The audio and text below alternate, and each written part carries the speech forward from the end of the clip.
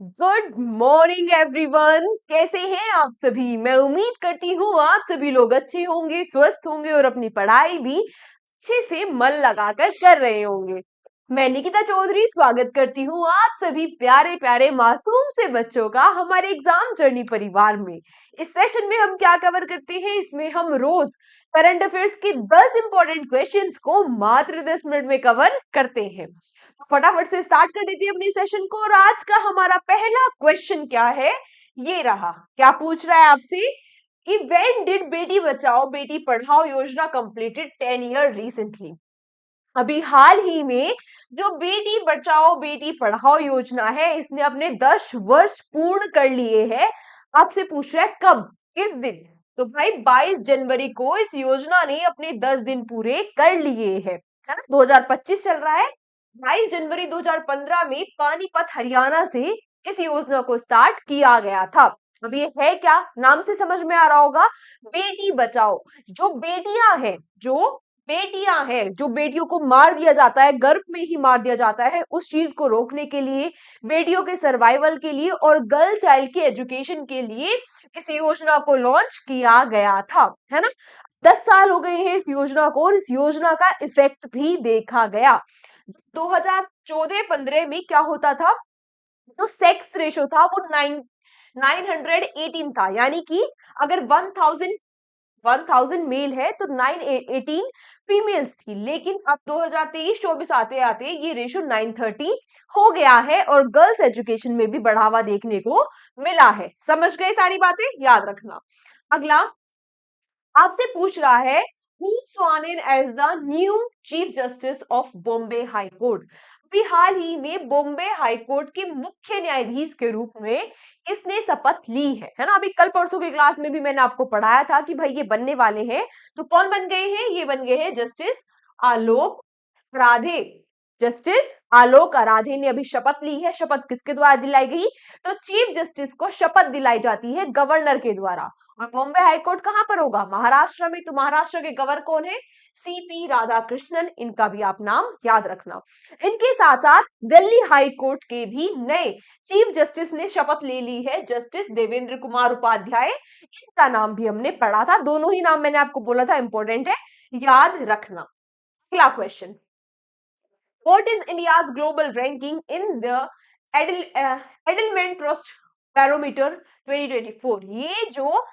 ये जो Edelman trust barometer 2025 की रिपोर्ट है, आपसे पूछ रहा है इसमें भारत की वैश्विक रैंकिंग क्या है? इसमें भारत की जो वर्ल्ड रैंकिंग है वो क्या है? इसमें भारत की रैंकिंग, वर्ल्ड रैंकिंग है थर्ड। कौन सी है? थर्ड। देखो ये है क्या? जो जनरल मतलब पहले देख लेते हैं कि ये रिपोर्ट क्या है। ये रिपोर्ट होती है कि भाई किसी भी देश की जो पॉपुलेशन है वो वहां की गवर्नमेंट पर, वहां के बिजनेस पर, मीडिया और एनजीओ पर कितना ट्रस्ट करती है, उस आधार पर इस रिपोर्ट को निकाला जाता है। ठीक है। अगर मैं बात करूं कि जो ओवरऑल पॉपुलेशन है उसके हिसाब से देखें तो भारत की थर्ड रैंक है। पहले प्लेस पर चाइना है, सेकंड पे इंडोनेशिया और थर्ड पे है इंडिया। ठीक है। अगर इसी में कई सारी कैटेगरीज में रैंकिंग निकाली गई, अगर हम बात करें कि भाई हेडक्वार्टर्स, कोई भी कंपनी अपने हेडक्वार्टर्स किसी भी कंट्री में बनाना चाहे, उसमें ट्रस्ट करते हैं उस कंट्री में, उस हिसाब से भारत की रैंक है 13। तो कंफ्यूज मत करना, बहुत सारे बच्चे बोलेंगे कि मैम 13 रैंक है ना? तो 13 किस में है? जो कंपनीज हेडक्वार्टर बनाना चाहे उसमें। इसमें किसने टॉप किया है हेडक्वार्टर्स के लिए? इसमें फर्स्ट पे आया है कनाडा। ठीक है, ये भी बात आप याद रखेंगे। क्लियर सारी चीजें? अच्छा, यहाँ पर एक और बात बताई गई, जो एक होता है लोअर, जो गरीब पॉपुलेशन है और जो अमीर पॉपुलेशन है। तो जो गरीब पॉपुलेशन है वो कम ट्रस्ट करती है हमारी गवर्नमेंट पे कंपैरेटिवली जो अमीर लोग हैं। अमीर लोगों में भारत की जो रैंकिंग आई है वो फोर्थ पर आई है। ठीक है, ये भी बात आप याद रखेंगे। अगला, what is the name of India's first indigenous surgical tele robotic system? Bharat का जो पहला स्वदेशी टेल रोबोटिक प्रणाली है, इसका नाम क्या है? आपसे ये पूछ रहा है। तो इसका नाम है क्या? S S I Mantra. Indigenously developed है यानी कि स्वदेशी है, तो इंपॉर्टेंट है। ये न्यूज में क्यों है? भाई क्या हुआ? ये जो सर्जन है ये गुड़गांव में थे। जो सर्जरी हो रही थी वो जयपुर में हो रही थी। किसके माध्यम से हो रही थी? ये जो टेल रोबोटिक्स है इसके माध्यम से होती है, यहाँ से ऑपरेट पा रहे थे, है ना। तो इंपॉर्टेंट क्वेश्चन है, कौन सा ये सिस्टम का नाम क्या है? एस एस मंत्रा, ये भी याद रखना। स्वदेशी है तो और भी इंपॉर्टेंट है। क्लियर? ठीक है। अगला, who has recently conducted the test of the scramjet engine. ये जो स्क्रैमजेट इंजन है आपसे पूछ रहा है कि इसका परीक्षण किसने किया है। तो इसका परीक्षण किया है किसने? डीआरडीएल ने। मैम ये डीआरडीएल क्या है? तो देखो डीआरडीएल क्या है? Defence research and development laboratory. मतलब डीआरडीओ के बारे में जानते हो ना सभी बच्चे? बोलो बोलो। हाँ, अरे सोना नहीं है। देखो इधर इधर। हाँ, डीआरडीओ के बारे में जानते हो ना? बोलो यस और नो। जानते हो ना? यस, हाँ ठीक है। क्या होता है डीआरडीओ? डीआरडीओ होता है डिपार्टमेंट, डीआरडीओ क्या होता है? Defence research and development organisation. ये किसके अंडर आता है? मिनिस्ट्री ऑफ डिफेंस के अंडर आता है ना। इसके बारे में तो सारी बातें बताओगी। कब स्टैब्लिश हुआ था? 1958 में। और ये इसके हेडक्वार्टर्स कहाँ है? न्यू दिल्ली में। चेयरमैन कौन है? समीर वी कामत। सब पता है हमें, है ना। आपको ये भी यहाँ पर पता होना चाहिए कि डीआरडीओ की 52 लेबोरेटरीज है, जिनमें से एक है डीआरडीएल। अब क्लियर सारी बातें? क्लियर ना? हाँ ठीक है। तो ये जो डीआरडीएल है इसने सक्सेसफुली टेस्ट कर लिया है स्क्रैमजेट इंजन को। मैम इसका क्या फायदा होगा? तो इसका फायदा होगा हमें हाइपरसोनिक मिसाइल बनाने में। ये क्या होती है? हाइपरसोनिक जो मिसाइल है ये सबसे एडवांस वेपन है फिलहाल के टाइम पे। इसकी जो स्पीड होती है वो 5 मैक होती है। 5 मैक का मतलब यानी कि स्पीड होती है साउंड की, उससे 5 गुना इनकी स्पीड होती है ना। तो सबसे आज के टाइम पे सबसे एडवांस वेपन यही है। हमने अगर इसका सक्सेसफुली टेस्ट कर लिया है तो बहुत जल्द हम अपने हाइपरसोनिक जो वेपन्स है उनको भी डेवलप कर सकते हैं। क्लियर? ठीक है। अगला question, state has recently launch the Kavacham. Kavacham, ये जो कवचम है अभी हाल ही में इस सिस्टम को किसने लॉन्च किया है? तो ये लॉन्च किया है केरला ने। इसकी फुल फॉर्म क्या है? फुल फॉर्म आप समझ लेना कि हो सकता है किसी एग्जाम में डायरेक्टली आपसे फुल फॉर्म ही पूछ ले। इसकी फुल फॉर्म है Kerala warning crisis hazard management system. ठीक है। कहां पर लगाया गया है? कहां पर डेवलप किया गया है? ये केरल की जो डिजास्टर मैनेजमेंट अथॉरिटी है उन्होंने नेशनल डिजास्टर मैनेजमेंट अथॉरिटी और वर्ल्ड बैंक के साथ मिलकर इसको डेवलप किया है। किस लिए? भाई जो डिजास्टर्स है, डिजास्टर मैनेजमेंट करने के लिए केरला में। ठीक है। किसने लॉन्च किया? अभी हाल ही में यहाँ के जो सीएम है, सीएम का नाम क्या है? पी विजयानंद, इन्होंने इसको लॉन्च किया है। केरला की कैपिटल तिरुवनंतपुरम सबको पता होगा। और यहाँ के गवर्नर कौन है? राजेंद्र अर्लेकर। ये भी याद कर लेना, लिख लेना। समझ में आया क्या है? किसलिए लॉन्च किया गया, किसने लॉन्च किया, सब कुछ पता लग गया ना? ठीक है। अगला, in which state will the first Olympic research conference be hosted. आपसे पूछ रहे हैं कि किस राज्य में पहली जो ओलंपिक रिसर्च कॉन्फ्रेंस है इसका आयोजन किया जाएगा? तो ये कहां पर किया जाएगा? गुजरात में।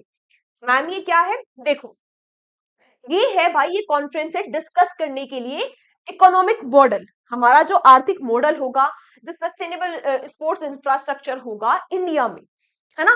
क्यों हम क्यों कर रहे हैं, क्यों डिस्कस कर रहे हैं? क्योंकि हम चाहते हैं कि 2036 में हम ओलंपिक्स को होस्ट करें। और अगर हमारा सारी चीजें प्लान्ड होगी, हमें पता होगा, तो हम अच्छे कंटेंडर बन पाएंगे कि भाई हम बिड कर पाएंगे कि भाई 2036 में हम रेडी है होस्ट करने के लिए ओलंपिक्स। ठीक है।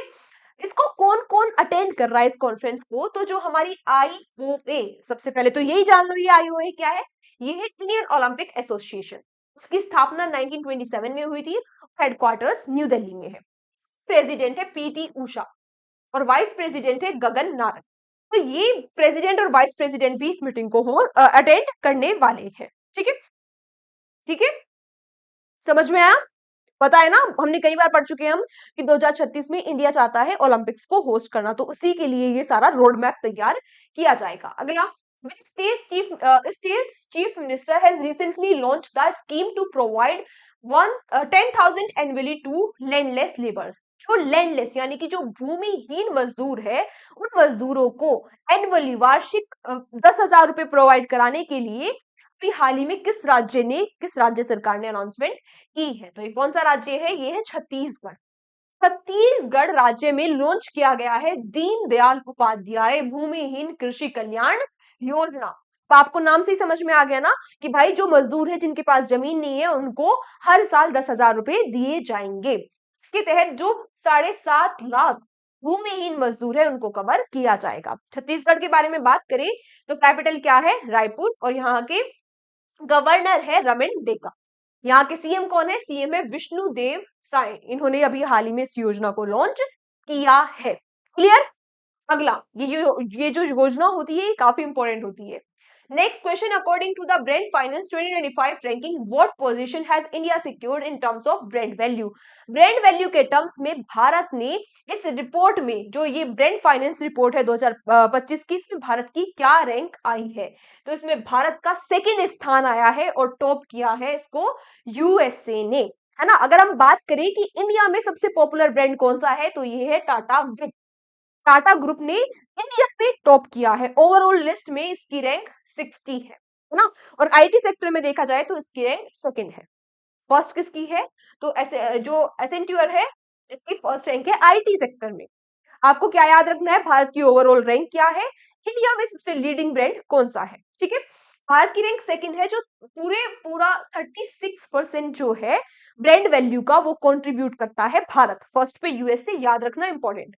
आज का last question, who created the world record of the tallest human para of the tallest human pyramid in January 2025?